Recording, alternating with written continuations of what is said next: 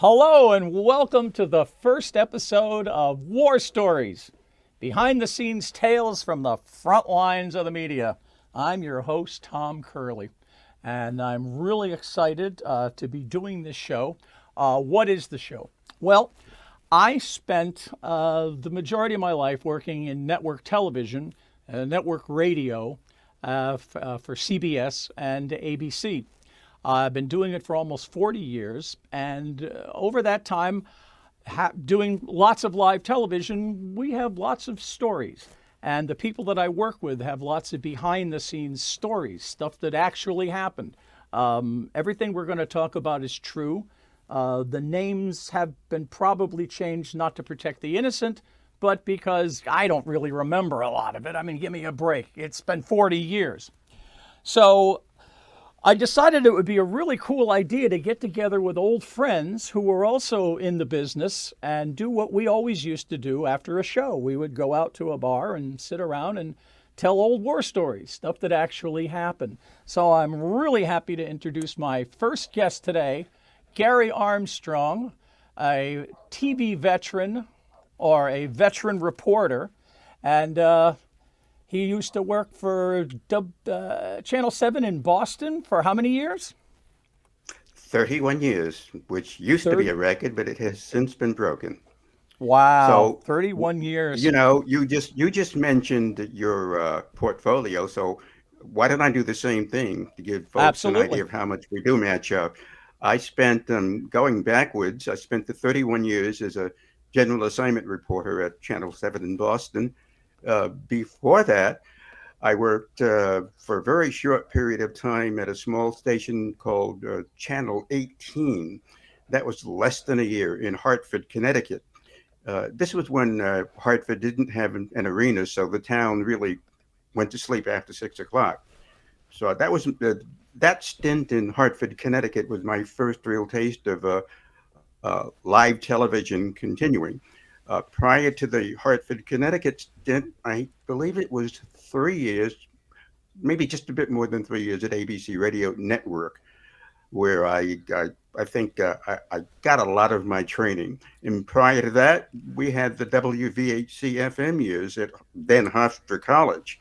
And I should sneak in just before WVHC, I was a children's shoe salesman at a department store in Hempstead, Long Island.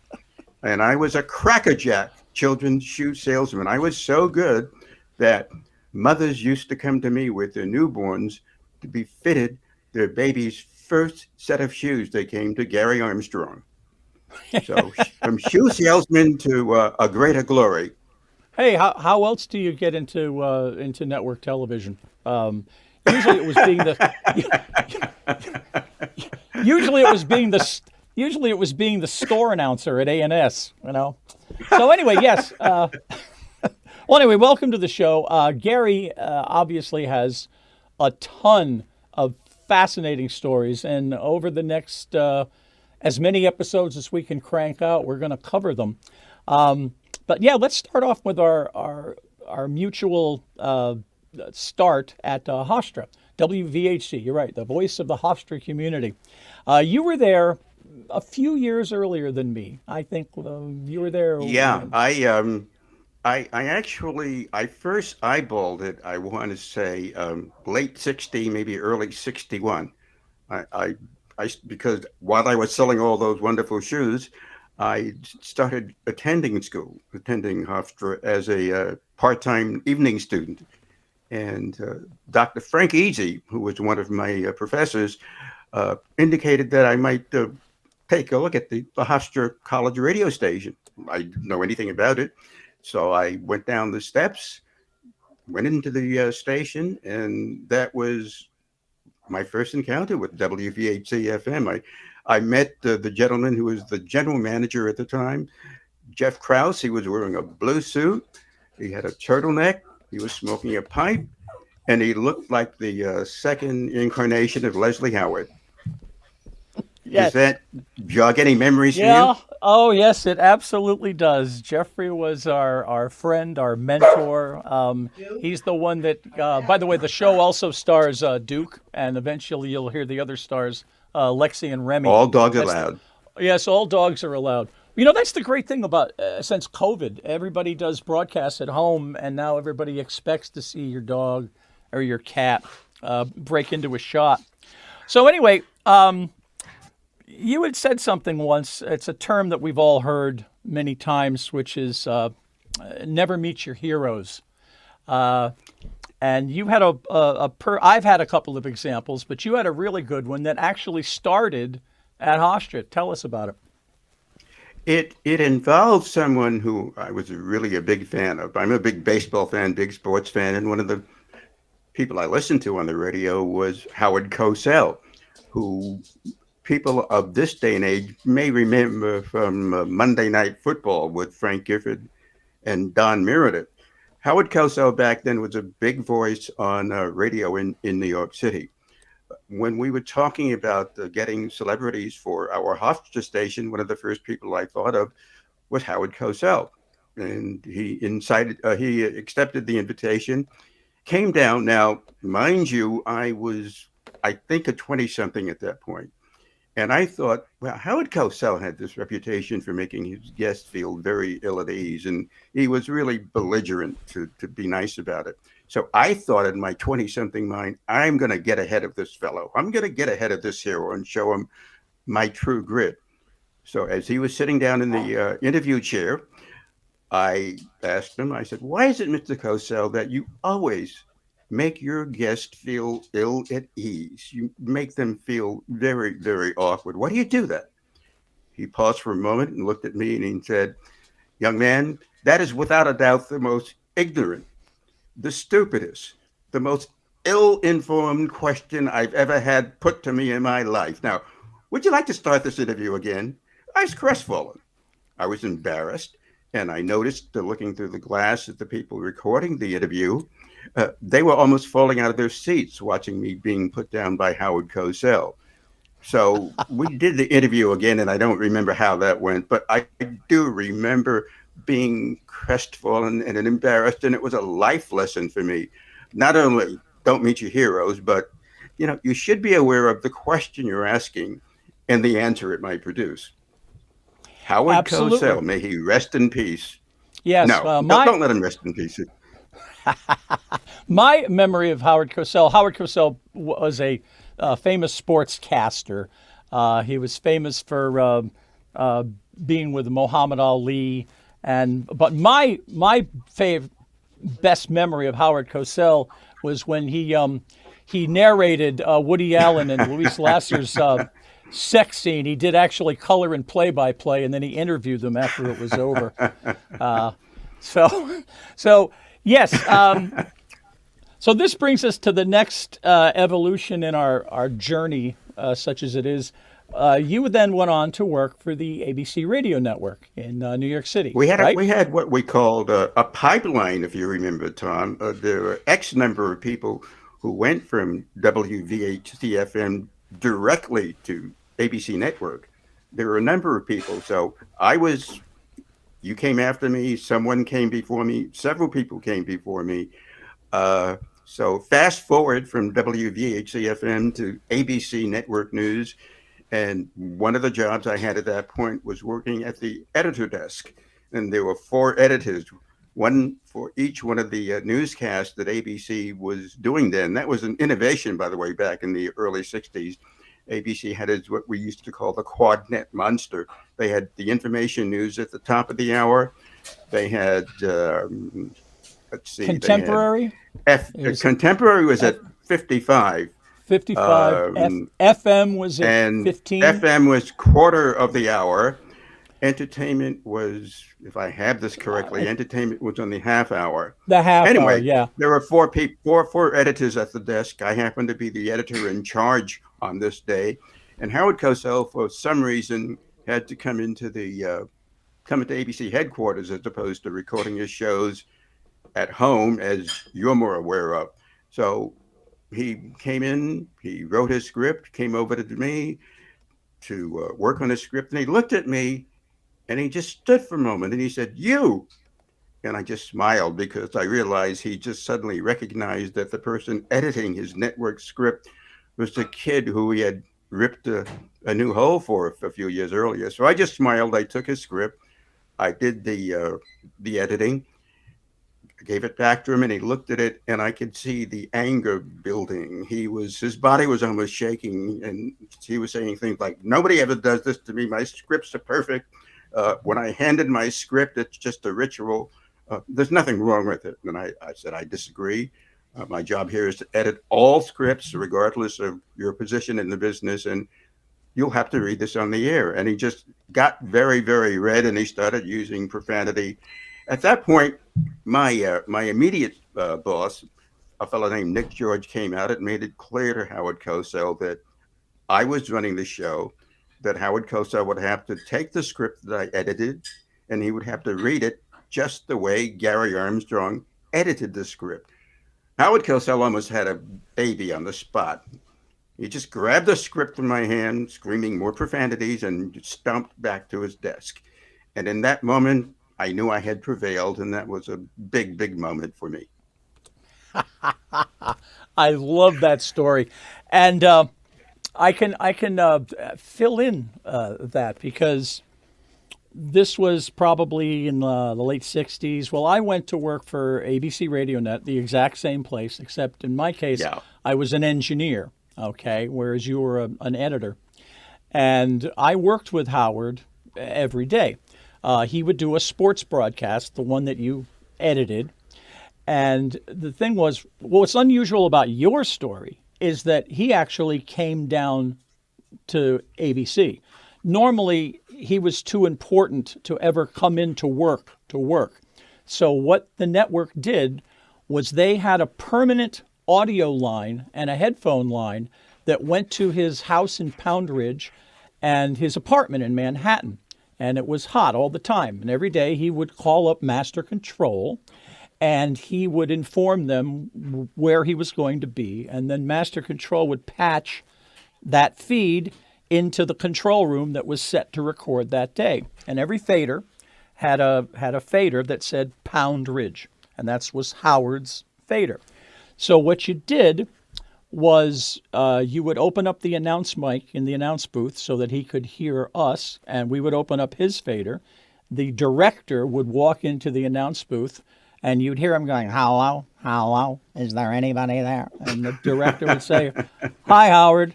And we would say, "Are you ready to record?" And he'd say yes, and we'd roll it. But now, the interesting thing, your story sort of implies that Howard was sort of a dick. I think that's a very accurate description. Okay, I mean, it's a little technical. In Latin it would be bigus dickus, but anyway, there was a reason for that. He was a dick. I mean, the stuff that this guy got away with, well, all right, in the first place, he was a total misogynist. He wouldn't work with women. If we had a woman director, and women directors were a new thing, that era in the early 70s is when the network started hiring women, minorities. It was a big thing. And if he heard a woman director in the control room, he wouldn't do the show. He absolutely wouldn't do the show. That's amazing. Yes, absolutely insane. Yeah, turn off your phones. So when that would happen, I would have to go in and pretend to be the director. So whatever. But that's beside the point. The story that we were all told when we first started as an engineer, and it was an apocryphal story, and I've told this for years, was that a couple of years before, it might have been when you were there, a new kid, a summer relief kid, like what I was at work, and he was on his lunch break, and he had nothing to do, so he went into an empty control room, and he was, opening up faders just to see if there was anything interesting. And he happened to open up Howard's fader, which, remember, was hot all the time. And what he heard was Howard Cosell having a knockdown, drag-out fight with his wife. Okay? So now this Wonderful. guy, Absolutely. Now, this guy, being an audio engineer and a professional, did what, of course, you would expect. He recorded it. Absolutely. Right. Absolutely. So this piece of tape was famous. Everybody heard it. It was literally handed around like in a brown paper bag in the dead of night. So the reason they told us this story was that, about 5 or 6 months later, another new kid came in and he heard about the tape and he found it. He got a copy of it, got the copy, and he went to an empty control room to listen to it. Now, the reason that they told us this story is there's two ways to listen to something in a control room. You can listen to it in program, right? Or you can listen to it in cue, which is a little microphone that only the audio guy can hear. But if you put it in program, it's going out to the world. Now, it didn't matter because this control room wasn't on the air. But the universe has a sense of humor. It turns out that was the control room that Howard was scheduled to do his broadcast that day. So Howard walked down to his basement, he put on his headphones, and he heard himself and his wife having a knockdown drag-out fight that happened a few months earlier.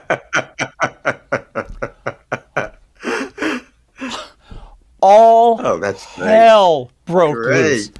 And if you think his wife was even worse. They went through the ABC executive group like Grant went through Richmond. Now, they never revealed who the kid was that recorded it. They never revealed who the kid was who played it back. Sadly, when I got there, it was just a story. The tape had long gone.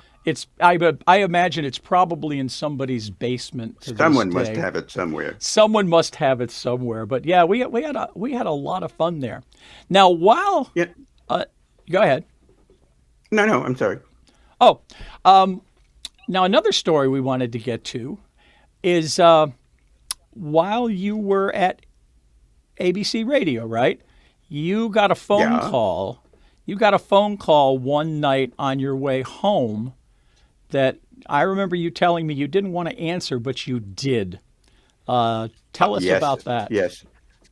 Over the years, I don't know about you, but I've come to A, dread phones, and B, I pretty much hate them now because, when you work in the news business, you get these phone calls at all hours of the day and night. And in my case, jumping around just a little bit, usually they were calls to come in and cover breaking news, fires, explosions, blizzards, a gang hit, plane crashes. It's the last thing in the world you want to hear at the other end of the phone. Now, I had just come off a short turnaround shift.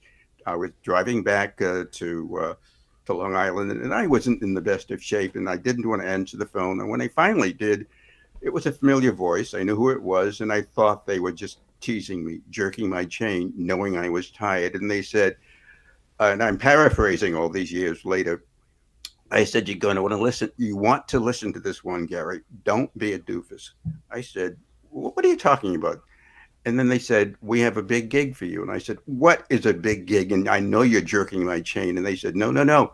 You need to get back here, bring in your go bag. You're going on a trip." And I said, "What in the heck are you talking about? You're going to Vietnam, Garry." And I did just that. And let's speed it up a little bit. What they wanted was to have a grunt, another body to go along with their trio of superstar newscasters and their producers and writers. They wanted another body to be able to carry packages and that sort of thing. And there was like a minimal promise of getting some actual on-air work. Went back to work with my go bag. We got in the plane. We indeed did go to Vietnam, to Saigon.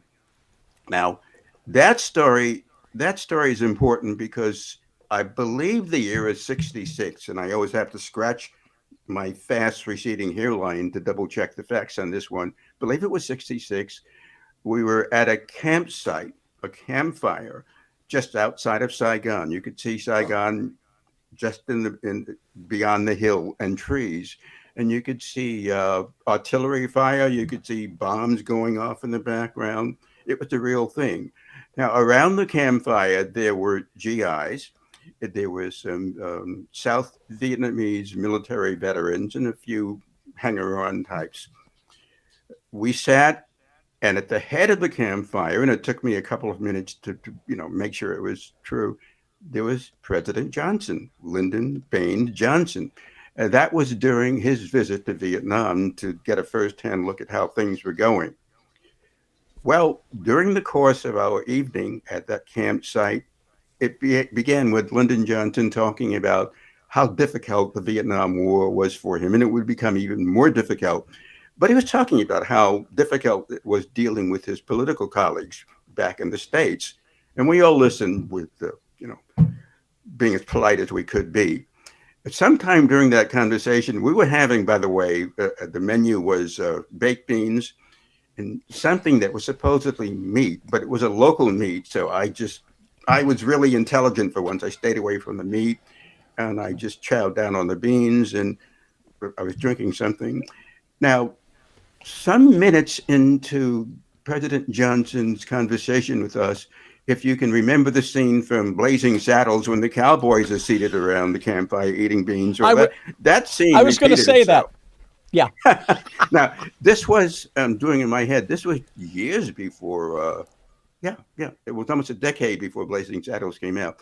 People were farting, and the loudest of these farts came from the head of the campfire. It was President Johnson, and people were laughing, and he got a look at me sitting at the other end of the campfire, and I guess I was holding my nose, and I had this really snarky look in my face.